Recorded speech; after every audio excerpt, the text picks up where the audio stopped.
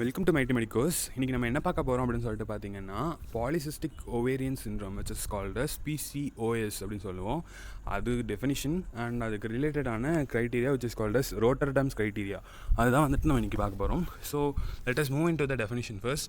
So what is PCOS அப்படின்னு சொல்லிட்டு பார்த்தீங்கன்னா, it is a multi systemic endocrinopathy. இது ஓவரியை மட்டும் அஃபெக்ட் பண்ணுற டிசீஸ் கிடையாது, மல்டி சிஸ்டம் அஃபெக்ட் பண்ணுற ஒரு எண்டோக்ரைனாலஜியில் ஏதோ ஒரு டிஃபெக்ட் இருக்குது. சரிங்களா? அதுவும் ரீப்ரொடக்டிவ் ஏஜ் குரூப்பில் இருக்க உமனில் வருது. ஆனால் எப்படி வெளியே எக்ஸ்ப்ரெஸ் ஆகுது அப்படின்னு சொல்லிட்டு பார்த்தீங்கன்னா, ஓவேரியன் எக்ஸ்ப்ரெஷனாக வருது ஆஃப் அ வேரியபிள் மெட்டபாலிக் டிஸ்டர்பன்ஸாக. அதாவது மல்டி சிஸ்டமில் ஒரு எண்டோக்ரைனோபதி இருக்குது. அது எங்கே அப்படின்னு சொல்லிட்டு பார்த்தீங்கன்னா, ரீப்ரொடக்டிவ் ஏஜ் குரூப் 1ல். அது எப்படி எக்ஸ்ப்ரெஸ் ஆகுது அப்படின்னா, ஓவேரி வழியாக நமக்கு எக்ஸ்ப்ரெஸ் ஆகுது. ஆனால் இது ஓவேரியன் டிசீஸ் மட்டும் கிடையாது, இது ஒரு மல்டி சிஸ்டமிக் எண்டோக்ரைனாலஜிக்கல் டிசீஸு. அதனால தான் இதில் பார்த்தீங்கன்னா இன்சுலினில் இருந்து நிறைய hormones such as L H, F S H, insulin, oestrogen, progesterone and S H B G, இந்த மாதிரி நிறையா ஹார்மோன்ஸோட லெவல் வந்துட்டு ஆல்டர் இருக்கும். நார்மலாக இருக்காமல் இன்க்ரீஸ்டாக இருக்கும் இல்லை டிக்ரீஸ்டாக இருக்கும். The only hormone which is always normal in PCOS is TSH, thyroid stimulating hormone மட்டும்தான் நார்மலாக இருக்கும் அப்படிங்கிறத தெரிஞ்சுக்கோங்க. அடுத்து பார்த்தீங்கன்னா ரோட்டர்டாம்ஸ் க்ரைட்டீரியா. ரோட்டர்டாம்ஸ் க்ரைட்டீரியாவில் வந்துட்டு மொத்தம் நமக்கு 3 க்ரைட்டீரியா இருக்குது. First criteria is hyperandrogenism. அதிகமான ஆண்ட்ரோஜன் இருக்கிறது பாடியில். அது எய்தர் கிளினிக்கலாக இருக்கலாம், இல்லைனா வந்துட்டு நமக்கு லேப் வால்யூலாக இருக்கலாம். கிளினிக்கலாக பார்த்தீங்கன்னா ஹிர்சுட்டிசமாவோ இல்லை ஆக்னி வல்காரிஸாவோ வந்துட்டு நமக்கு அப்பியர் ஆகலாம். இல்லை லெபார்டரி வேல்யூ எடுத்து பார்த்தீங்கன்னா வந்துட்டு இன்க்ரீஸ்டாக இருக்கும் androgen value, but it will be never greater than 200 nanogram per ML. If it is greater than 200 nanogram per எம்எல்லாக இருந்துச்சு அப்படின்னா testosterone or androgen secreted tumour அப்படின்னோ, இல்லைனா congenital late onset congenital adrenal ஹைப்பர்பிளேஷியானோ நம்ம சஸ்பெக்ட் பண்ணணும்.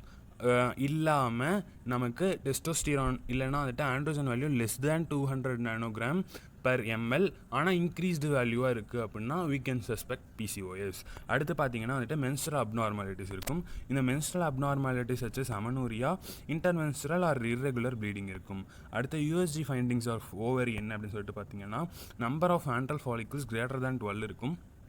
ஃபாலிகுலர் சைஸு அதில் இருக்க அந்த ஆண்ட்ரல் ஃபாலிகுலரோட ஒரு 12 ஃபாலிகல்ஸ் மேலே இருக்குது பார்த்தீங்களா, அதில் இருக்க ஒரு ஃபாலிகுல் சைஸும் 2 to 9 மில்லிமீட்டர் இருக்கும். இல்லைனா வந்துட்டு என்னவாக இருக்கும் அப்படின்னு சொல்லிட்டு பார்த்தீங்கன்னா, நமக்கு 1 சென்டிமீட்டருக்கு கீழே இருக்கும் அப்படின்னு சொல்லிட்டு சொல்கிறாங்க.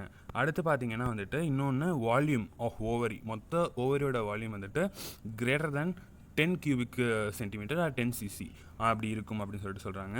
இதில் பார்த்தீங்கன்னா இந்த யூஎஸ்ஜி ஃபைண்டிங்கில் மொத்தம் 3 யூஎஸ்ஜி ஃபைண்டிங் இருக்குது. இதில் ஏதோ ஒன்று மட்டும் இது சாட்டிஸ்ஃபை பண்ணாலே போதும் அப்படின்னு சொல்லிட்டு சொல்கிறாங்க.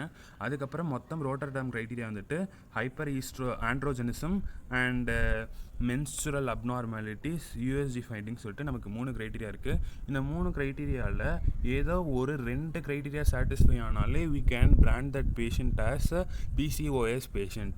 இதில் முக்கியமாக நம்ம தெரிஞ்சுக்க வேண்டிய விஷயம் என்னென்னா, although this disease is called as polycystic ovarian disease இருந்தாலும் இந்த polycystic ovarian diseaseல ஓவரியில் எந்த சேஞ்சும் இல்லாமல் இந்த USG ஃபைண்டிங்ஸ் எதுவுமே இல்லாமலேயே ஒன்லி மென்ஸ்ட்ரல் அப்நார்மாலிட்டிஸும் ஹைப்பர் ஆண்ட்ரோஜனிசம் மட்டும் இருந்தாலே 2 க்ரைட்டீரியா நமக்கு சாட்டிஸ்ஃபை ஆகிறதுனால இந்த 2ம் இருந்தால் மட்டும் கூட நம்ம அந்த பேஷண்ட்டை PCOS பேஷண்ட்டாக வந்துட்டு பிராண்ட் பண்ண முடியும்.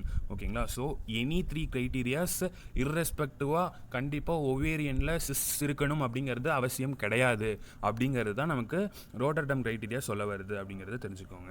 அடுத்து பார்த்தீங்க அப்படின்னா வந்துட்டு இன்னொரு விஷயம் நான் சொல்லணும். இந்த ஸ்லைடில் பார்த்தீங்க அப்படின்னா you can see number of antral follicles will be greater than 12 அப்படின்னு சொல்லிட்டு இருக்கும். ஸோ நம்ம வந்துட்டு ஒரு ஓவரி எடுத்துக்கலாம். இந்த ஓவரியோட பெரிஃபெரியில் there will be presence of this antral follicles. பெரிஃபெரியை இந்த மாதிரி இந்த ஆண்ட்ரல் ஃபாலிகல்ஸ் கிரேட்டர் தேன் 12 நம்பர்ஸில் இருக்கும். ஸோ இப்படி பெரிஃபெரியில் இருக்க இந்த ஓவரியில் இருக்க இந்த ஓவேரியன் ஃபாலிகல்ஸை பார்க்குறதுக்கு நெக்லஸ் மாதிரி இருக்கும். அதை தான் நான் ஃபஸ்ட்டு ஸ்லைடில் உங்களுக்கு போட்டிருப்பேன். கவனிச்சிருக்கவங்க கவனிச்சிருப்பீங்க, இல்லைன்னா இப்போ பார்த்துக்கோங்க.